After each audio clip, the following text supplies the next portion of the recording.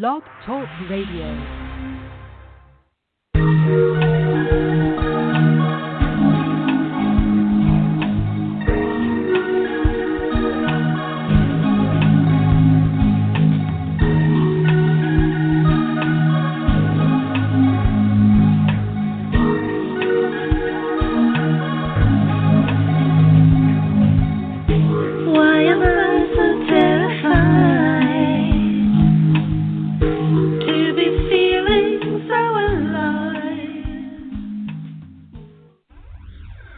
Welcome to Tombstone Tuesday with your host, Tui Snider.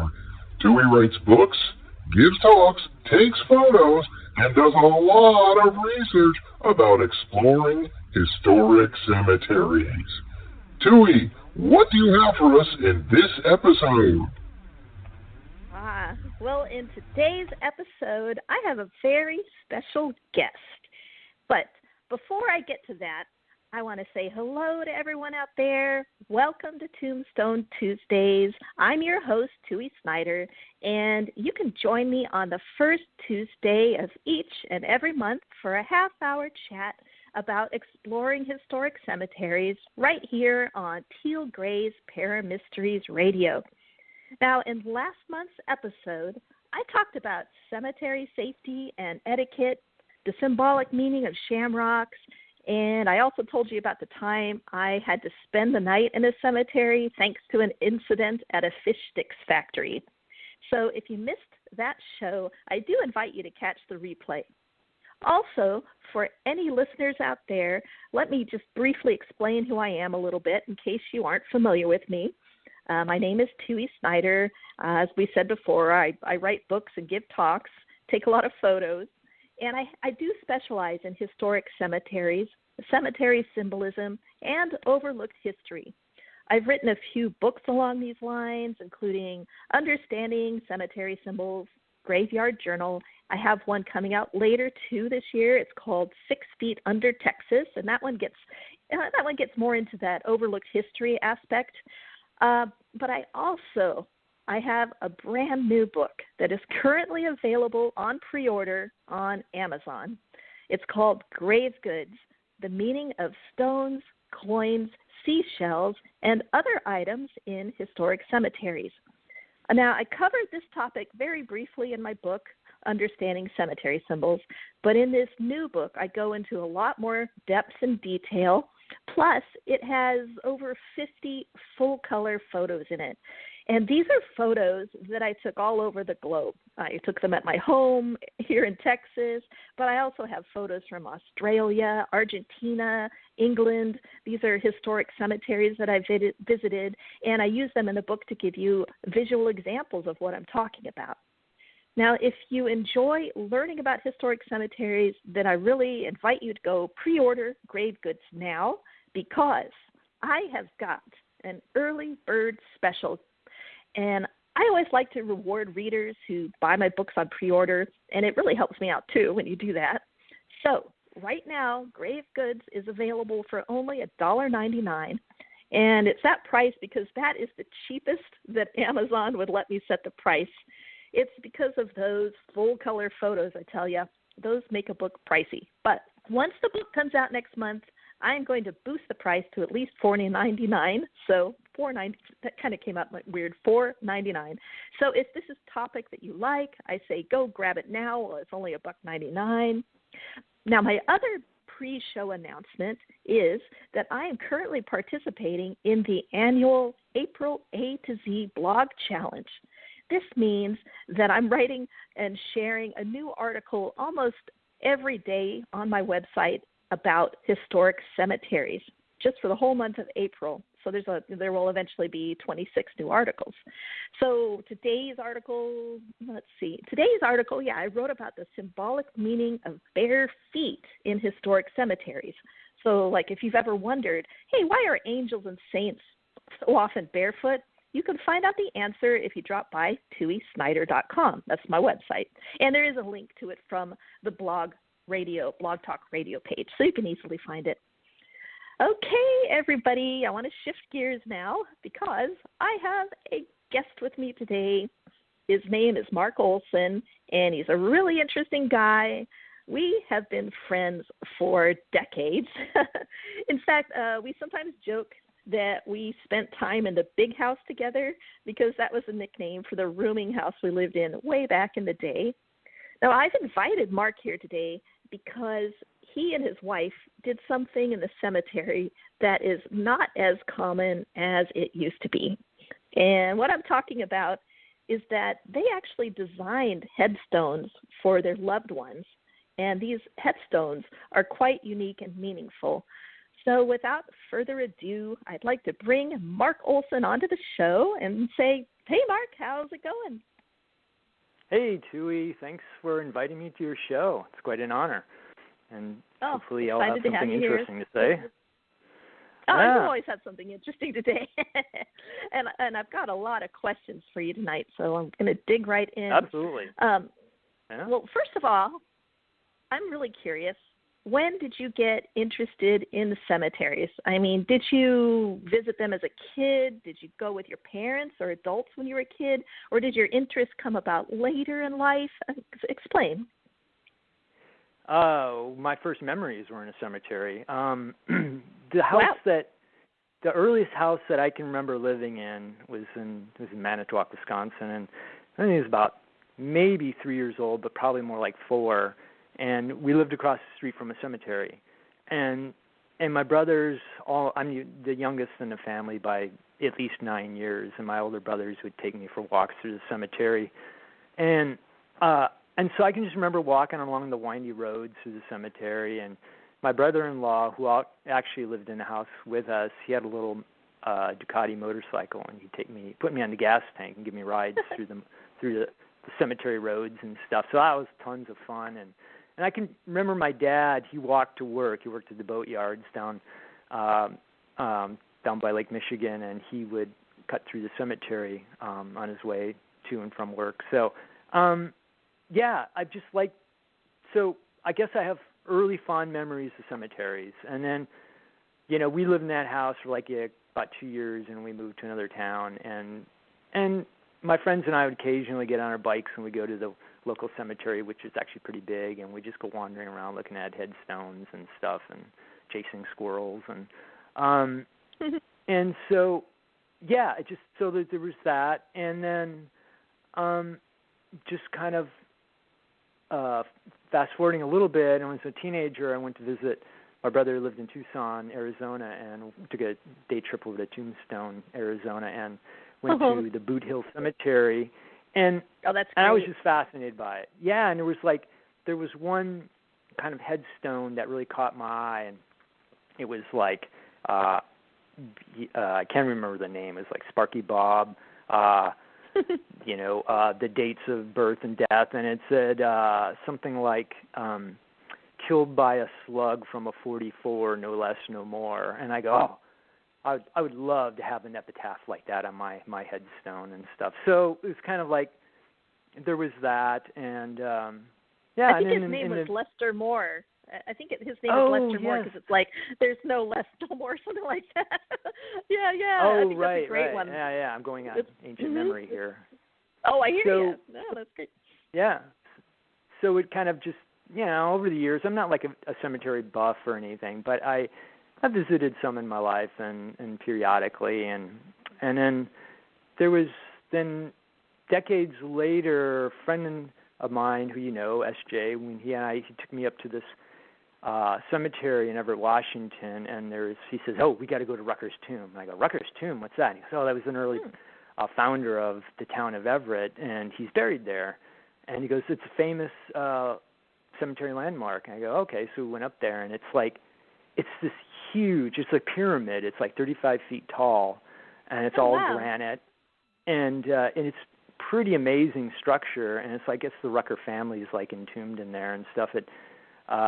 And so we were just hanging out there, and you could see the other people would hang out there. And in fact, we were kind of poking around, and he found there was a drain hole coming out of the pyramid, and he goes, something in here, and he pulls it out, and it was a girly mag, and it was we weren't sure if that was an offering or what the deal was. And so, and I guess a couple of years ago, someone climbed to the top of it and actually fell off and died because it's from head injuries and stuff. So anyway, so there was all of that, and so that's kind of my interest in cemeteries, and.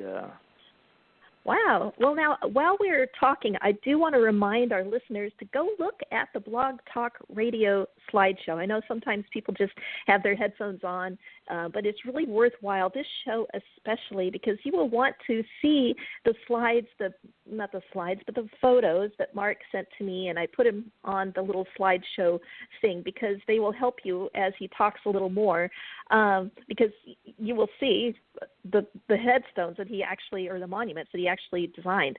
So I want to say, I'm really curious now, what made you decide, because you've decided, I guess you've done 3 of them now. What made you decide to design monuments for your family members? I mean, at what point how did that come about? Had they already passed away? I mean, when did it happen? Well, it was like 13 years ago. My oldest brother, John, died unexpectedly, and we, now he lived in Wisconsin, and that's where he lived in Wisconsin, that's where he died, and I live in Seattle, and so my wife Olson and I thought, well, why don't we put together like a memorial brochure for the funeral, with pictures of his life and stuff, kind of the typical brochure, but we would design it, and she's an artist, so she did drawings, and we brainstormed ideas, some images of John as a scientist, because that's what he was, and some other symbols and stuff that symbolized his interests and his passions.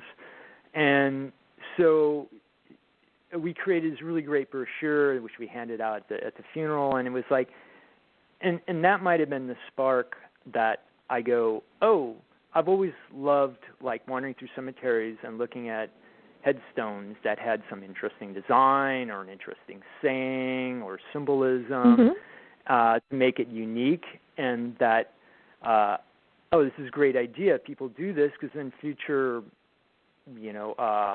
cemetery goers can wander around and go, wow, this one's really cool, and what they meant by that, what kind of person that was. So I go, well, maybe we could design a custom headstone for John. And so I got a hold of my sister-in-law, Susan, and ran it by her, and she was open to it. So then Alice and I just sat down, and we brainstormed ideas for the stone and whatnot, and so that's kind of how it got started. My parents came along later. I was just going to say, I wonder if you being the youngest fed into that at all, because I'm curious, I'm the youngest, and, by not as big of a chunk, but 7 and 10 years is the age gap for me and my siblings, me being the youngest. And I just wondered if you ever got this sense that, so when there were hand-me-downs, by the time they got to me, I was the last kid, and so I felt like, oh, I have to treasure this. I didn't have another kid to foist it on later, like when I was cleaning my room, hey, do you want this boot? It really means a lot. So I kind of found myself hoarding memories in a way. Like I sometimes feel like it's my job as the youngest, like, oh, well, if no one else remembers this or cares about this thing, it's kind of, it landed on me. And I just wondered, did you ever feel that way being the youngest? Yeah, I think a little bit. I ended up with a lot of the family stuff. I still have a lot of it here. Yeah. And I didn't necessarily, some of it I wanted, but I just, after my mom died, it just, because I was already out here and I emptied her house and stuff. But, yeah, maybe a little bit there was of that sort of sense of responsibility. I don't know. I hadn't really thought about it much. Yeah. Yeah, it only dawned on me recently. I was kind of just thinking about my relationship to stuff, and I was decluttering, and I was just thinking, just how, it kind of tied in with, me being the youngest, how it'd be a little easier if I'd had a little brother to hand stuff off to. But, yeah, so now, it is was easier. Your brother, oh, it is. Now his was the first, stone that you designed?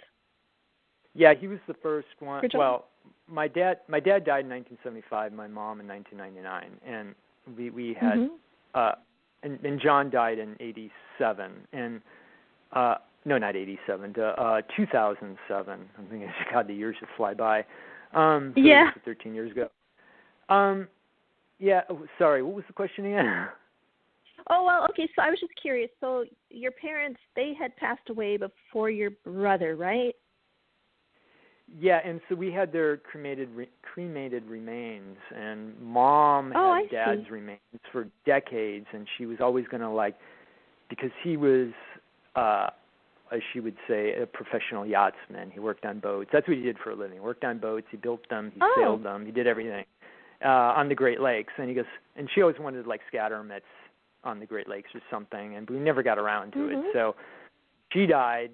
I inherited his remains, and then we had Mom cremated, and then so I had her for a number of years, trying to decide what we were going to do with them, and then in the subsequent years, my brother John died, and then that's and then we designed the stone for him, and then it was about a couple years later, my sister-in-law goes, "Oh, there's a plot open next to John's. We could use John's money and just buy that plot, put your parents in there." Or maybe I'd asked her. I don't remember. And so I go, "Oh, great. So now we got to design custom stones for them too, because John has one." So, but that came along later. That was just a few years ago when we did Mom and Dad's stones.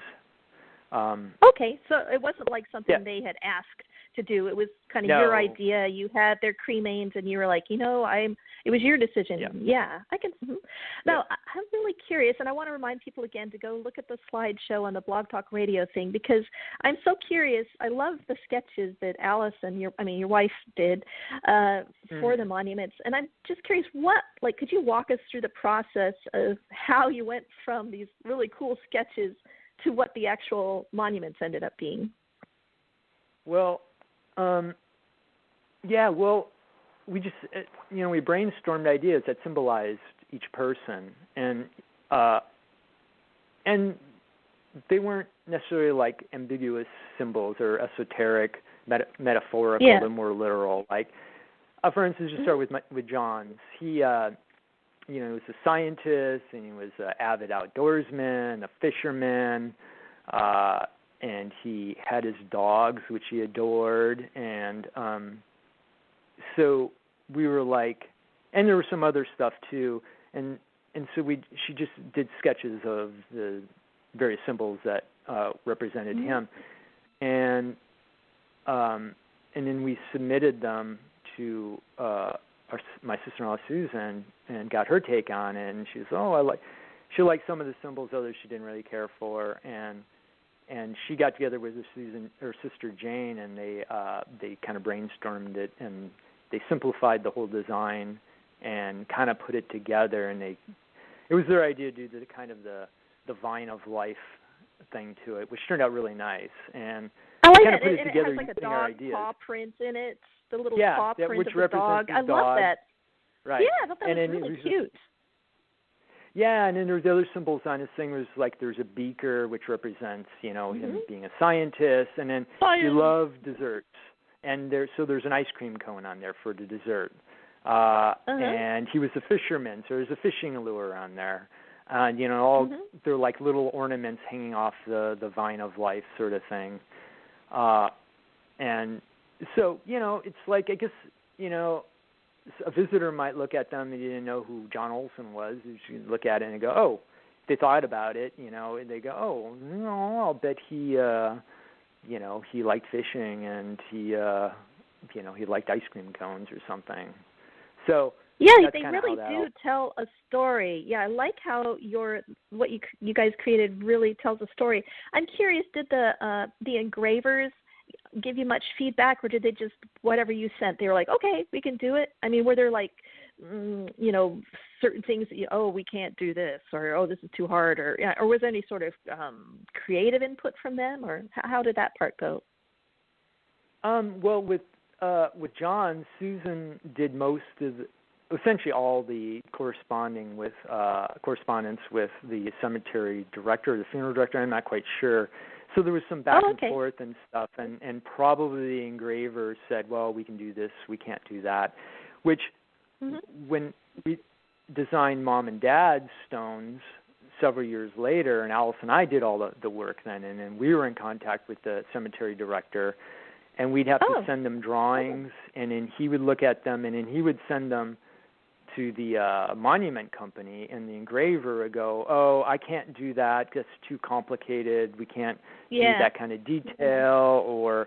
And so there was a lot of back and forth, and so some things we had to drop, and other things we had to like kind of simplify the drawing so that the engraver could actually physically. I don't know if they use a sandblast or a water knife or whatever they use, and so there was a ton of back and forth. It took for Mom and Dad's stones. It took like it took all summer of this constant back and forth, drawings, and then we had the phrases that we came up with, and we had to pick the font, and then they get the font wrong, or they would misspell words, and we had to go back and say, no, you misspelled this word, until finally, at the end of the summer, they sent us a template.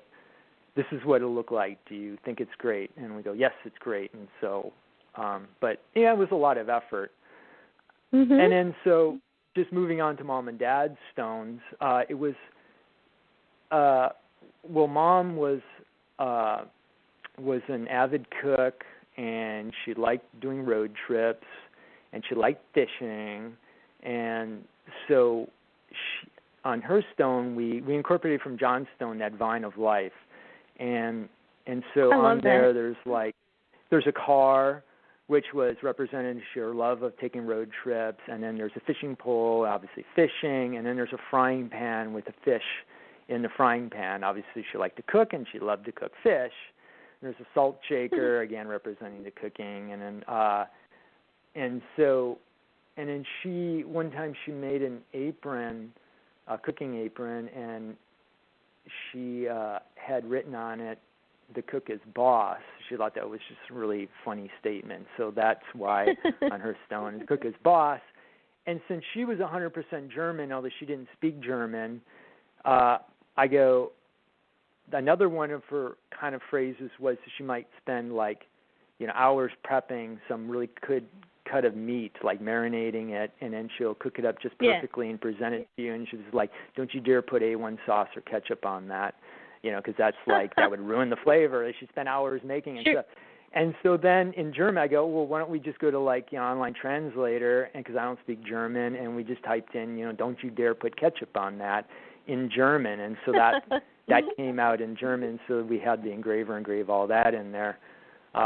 So it's kind of like if you knew Mom, you'd get the joke. And same thing with Dad. He was a yachtsman, so we had on his stone a picture of his private little boat that he used to go fishing with, or just motoring around, and there's like a lighthouse and stuff. And his boat, Dad was 100% Norwegian, although he didn't speak Norwegian.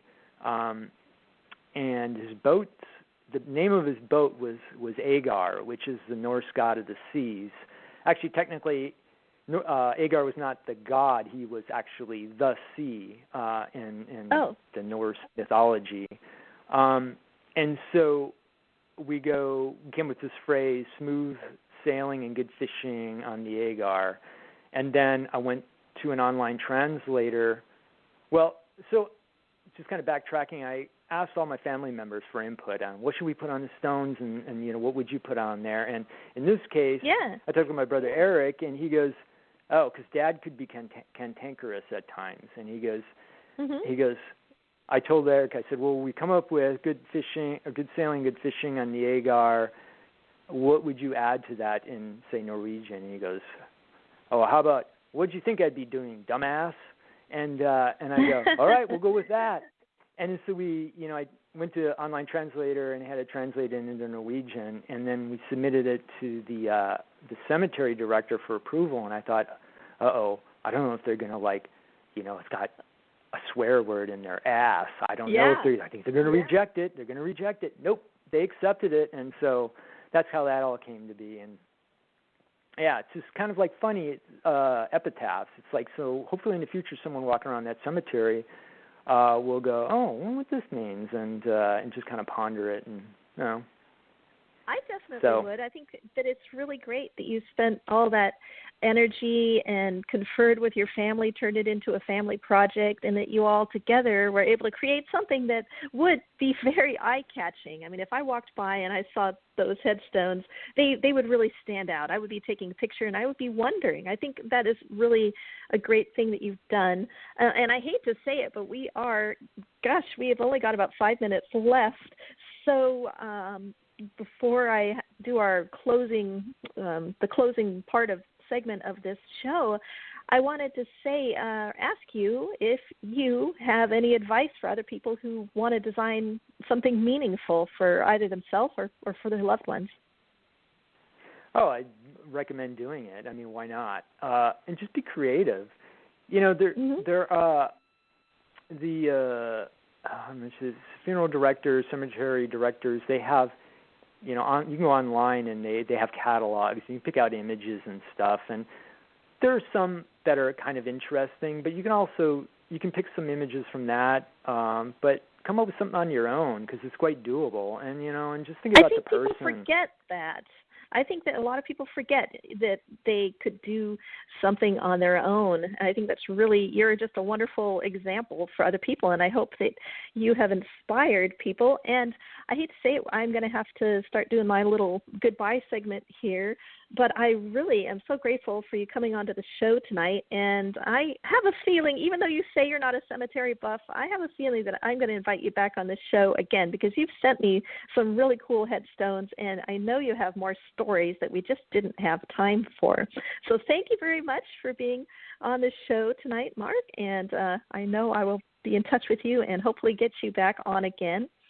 Now, speaking of guests, if you would like to be a guest on this show or you have a suggestion for a topic to cover, I invite you to contact me through my Facebook page, which is called Exploring Historic Cemetery, and there is a link to it on the Blog Talk Radio Show page, so don't worry about trying to find the link. And even if you don't have suggestions for the show, you might enjoy that page anyway. Now, before I go, I do need to thank Teal Gray very much, and also the Paramysteries sponsors. We have Be Healthy Nutrition in Granbury, Texas, but they also have a Facebook page, so you can check out their health products there. Also, the Lavender Crow. Now, Paramysteries broadcasts live each Tuesday at this exact same time, but every week there is a different featured host and topic. So even though I won't be here next Tuesday, I do invite you to hit the follow button here on Blog Talk Radio show page. That's a great way to show your support, and you'll get reminders for upcoming shows. Next week, for instance, we have Mark, the Fat Psychic. And then the week after, the third Tuesday, you're going to have the father-son paranormal duo from RIP. That's Greg Stevens and his son, Brandon Lee. And then on the fourth Tuesdays of the month, that is when Sister Sage takes the helm, and she will share her astrological insights here on Paramysteries Radio. And then, of course, I will be back on the first Tuesday of next month with a brand new episode of Tombstone Tuesday. So whether you are listening live or catching the replay, I want to thank everybody for tuning in. And once again, Mark, I want to say thank you so much for being on the show. I look forward to having you again. I don't know if you're still there. Great. I think you are. Thank you for having me. It was great fun talking to you, as always. Well, I know that we could have, I'm sure we could fill a full hour. There's so much more I wanted to ask you, but I think we have just enough time that I could ask you. What are your plans? Have you planned or designed a memorial for yourself? Well, I think the memorials are really for the living, so I would let any survivors decide that. Although my ideal death is to wander off into the wilderness and just die by myself, and so that the animals can pick me apart and I can be recycled back into nature, and no one will ever have to discover my dead body. And but that's kind of wishful thinking, so probably won't happen. But I've heard other people have that same sentiment, and there are a lot of options these days with various green burials and all that. Of course, another topic for another day. So, yeah, Yeah, absolutely. Keep going if you don't. Yeah. Yeah, so I don't know, maybe I will try to design my own. I don't know. Think about it. It's something to think about. People used to in the old days, but nowadays, most of the time, it's left to it's up to the living to make those decisions. Well, all right, we've got 5 seconds left. So until next time, this is Tui Snider signing off. Good night, everyone.